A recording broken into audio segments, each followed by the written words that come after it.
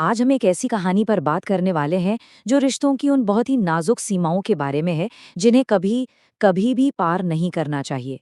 ये एक ऐसी कहानी है जो हमें याद दिलाती है कि कैसे बस एक गलत कदम सब कुछ बदल सकता है।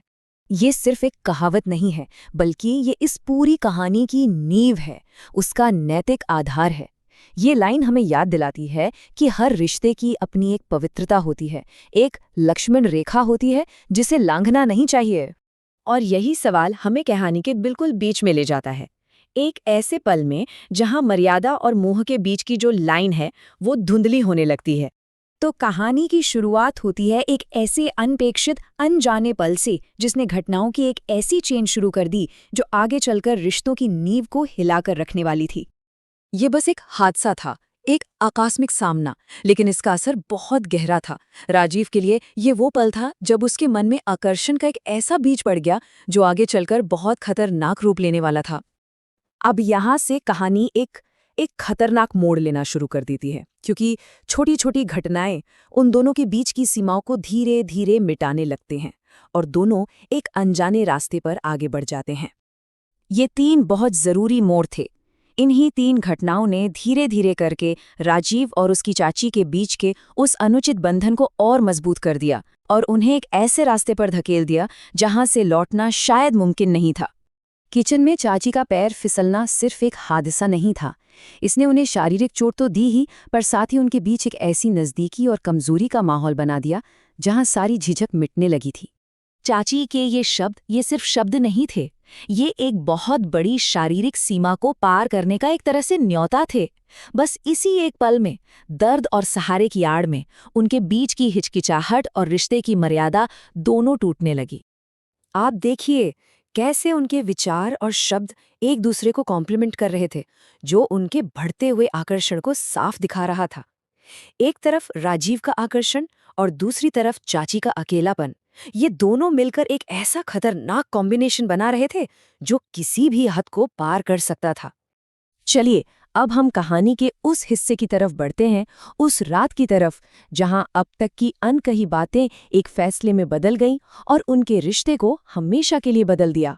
ये वो निर्णायक पल था जहां दोनों ने अपने इस वर्जित आकर्षण को न सिर्फ माना बल्कि उस पर आगे बढ़ने का फैसला भी कर लिया। चाची का ये वादा एक ऐसी सीमा को लांघना था जहां से वापसी का कोई रास्ता नहीं था। और उस रात उन्होंने सारी सीमाएं पार कर दी।